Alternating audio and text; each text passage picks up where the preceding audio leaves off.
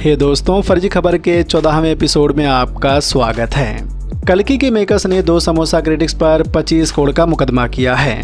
Dennis spinosa को Morbius के direction में पछतावा हो रहा है और फिल्म मेकर विशाल पंजाबी ने खुलासा किया है कि एक बॉलीवुड एक्टर शादी के 2 महीने के बाद एक दूसरी एक्ट्रेस के साथ पकड़ा गया था। जी हाँ, और भी कुछ इंटरेस्टिंग खबरें हैं जिसके बारे में आज हम फर्जी खबर के इस नए एपिसोड में बात करेंगे। लेकिन उससे पहले अगर आपने अभी तक हमारे चैनल को सब्सक्राइब नहीं किया है तो अभी कर लें, क्योंकि यहाँ पर हम फिल्म इंडस्ट्री की कुछ इंटरेस्टिंग खबरों के बारे में बात करते हैं।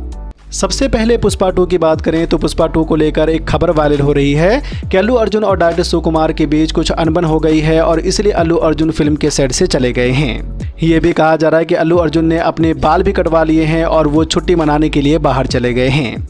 वहीं डायरेक्टर सुकुमार भी छुट्टी पे चले गए हैं और पुष्पा 2 बुरी तरह से फंस गई है।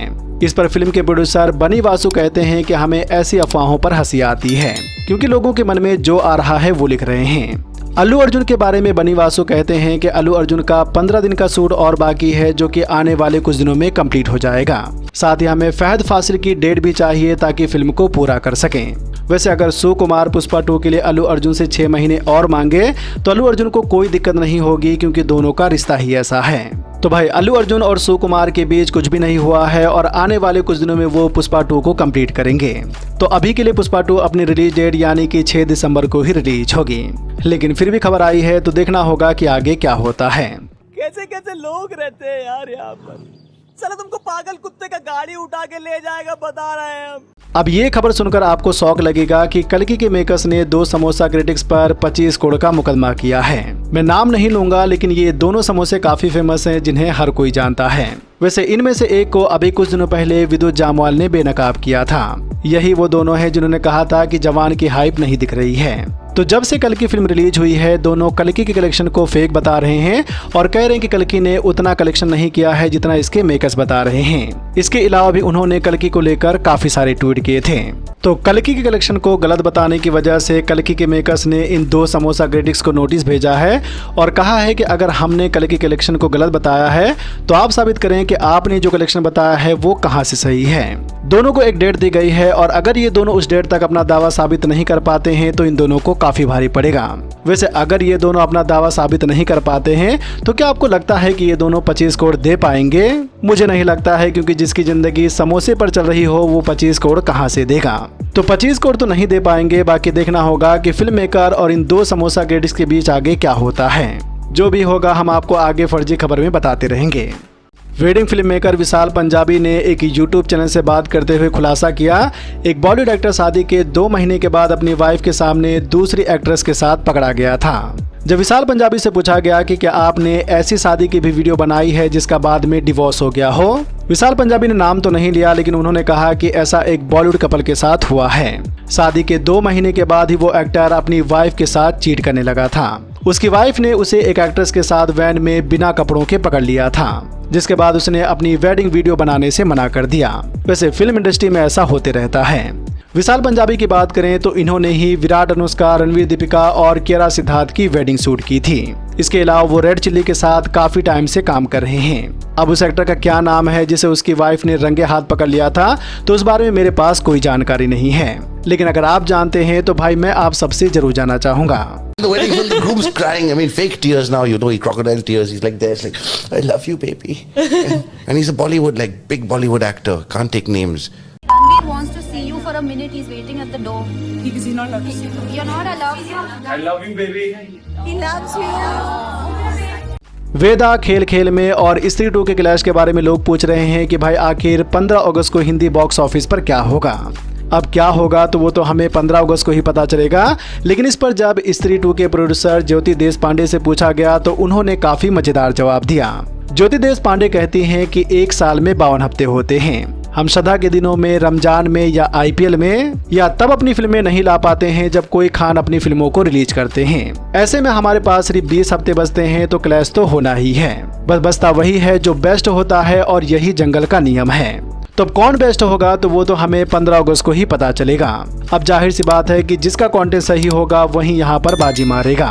वेदा और स्त्री 2 का ट्रेलर आ गया है, लेकिन अभी खेल खेल में फिल्म का ट्रेलर नहीं आया है। पर ये कॉमेडी ड्रामा फिल्म है जिसे परफेक्ट स्ट्रेंजर से रीमेक किया गया है। जी हाँ, सरफिरा के बाद अक्षय कुमार की ये फिल्म भी रीमेक होगी।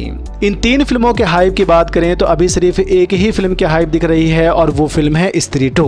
तो मुझे जहां तक लगता है यहाँ पर स्त्री 2 ही बाजी मारेगी। तभी तो फिल्म मेकर्स कह रहे हैं कि जो बेस्ट होगा वही बाजी मारेगा।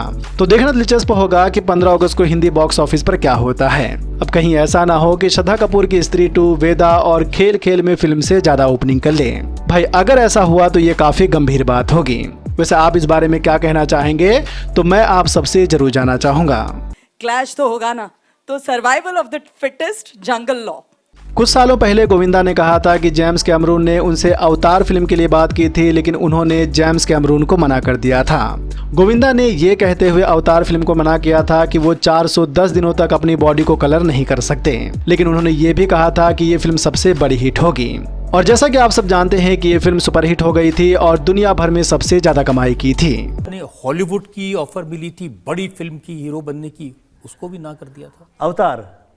अवतार टाइटल मैं नहीं दिया था, वो बहुत ही सुपरहिट फिल्म हुई थी और मैंने कह भी दिया था उससे कि तुम्हारी फिल्म बहुत चलने वाली है।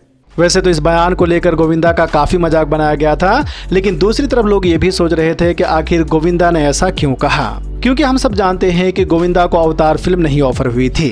तो सवाल ये है कि अवतार का नाम गोविंदा के दिमाग में कैसे आया। जाने माने प्रोड्यूसर पहलाज निहलानी कहते हैं कि काफी टाइम पहले उन्होंने गोविंदा के साथ एक फिल्म स्टार्ट की थी और आपको जानकर हैरानी होगी कि उस फिल्म का नाम था अवतार। जी हाँ, अवतार नाम की एक फिल्म बन रही थी, लेकिन किन्हीं कारणों की वजह से वो फिल्म बंद हो गई। मैं धन्यवाद दूंगा पहलाज जी के साथ ये जो शुरुआत हुई है, जैसे हम लोगों का वर्क जो है वो हमेशा हम लोग कामयाब रहे हैं। पहलाज निहलानी गोविंदा के उस इंटरव्यू के बारे में कहते हैं कि शायद गोविंदा भूल गए कि वो वहाँ वाली अवतार नहीं थी, वो यहाँ वाली अवतार थी। काफी फनी वीडियो है जो आप फ्राइडे टॉकीज के यूट्यूब चैनल पर देख सकते हैं। तो अब पता चला कि गोविंदा ने अवतार फिल्म का नाम क्यों लिया था। मैं भी आज तक यही सोच रहा था कि आखिर गोविंदा ने इतनी सारी फिल्मों को छोड़कर अवतार ही का नाम क्यों लिया था। तो शायद अब क्लियर हो गया है। जाने माने फिल्म एग्जीबिटर मनोज देसाई ने अक्षय कुमार को सलाह दी है और कहा है कि अक्षय कुमार को सीरियस होना पड़ेगा। बॉलीवुड हंगामा से बात करते हुए मनोज देसाई ने कहा कि अक्षय कुमार को एक्टिंग नहीं बल्कि कंटेंट पर ध्यान देना चाहिए। अक्षय कुमार को ऐसे कंटेंट लेने चाहिए जो दर्शकों को पसंद आए। इसके अलावा उन्होंने अक्षय कुमार की फिल्मों के मार्केटिंग के ऊपर भी सवाल उठाए हैं। अब जैसा कि आप सब जानते हैं कि कोविड के बाद अक्षय कुमार की बैक टू बैक कई बड़ी फिल्में फ्लॉप हो गई हैं। तो इन दिनों फिल्म एग्जीबिटर के साथ अक्षय कुमार के फैन भी उनसे काफी नाराज हैं। पर जैसा कि अक्षय कुमार हैं तो लोगों को उम्मीद है कि अक्षय कुमार कभी ना कभी कमबैक जरूर करेंगे। तो इंतजार करते हैं अक्षय कुमार के कमबैक का और देखते हैं कि अक्षय कुमार की कमबैक फिल्म कौन सी होती है। उनको सीरियस होना चाहिए कि ये मैंने पहले भी बोला है, मेरी बात हुई है कि सर यू बिकम सीरियस। और सीरियस किस में होना चाहिए वो भी बता रहा हूँ, एक्टिंग में नहीं, कंटेंट में। डैनियल एस्पिनोसा को मॉर्बियस के डायरेक्शन में पछतावा हो रहा है और वो कह रहे हैं कि अगर वो कोई और फिल्म डायरेक्ट करते तो काफी अच्छा होता। मॉर्बियस सोनी मार्वल की फिल्म थी जिसे डैनियल एस्पिनोसा ने डायरेक्ट किया था। वैसे तो फिल्म ठीक ठाक थी, लेकिन इसका काफी मजाक बनाया गया था और ये फिल्म फ्लॉप हो गई थी। तो डायरेक्टर डैनियल एस्पिनोसा कहते हैं कि मुझे मॉर्बियस का डायरेक्शन नहीं करना चाहिए था, अगर मैं कोई और फिल्म डायरेक्ट करता तो काफी अच्छा होता, लेकिन अब पछतावे क्या हो जब चिड़िया चुग गई खेत। वैसे आप इस बारे में क्या कहना चाहेंगे और क्या आपने मॉर्बियस फिल्म को देखा है? अगर देखा है तो आपको मॉर्बियस फिल्म कैसी लगी थी हमें कमेंट में जरूर बताएं। वीडियो को लाइक करें, अपने दोस्तों के साथ भी फेसबुक, व्हाट्सएप, ट्विटर पर जरूर शेयर करें और चैनल को सब्सक्राइब करना तो बिल्कुल ना भूलें। धन्यवाद।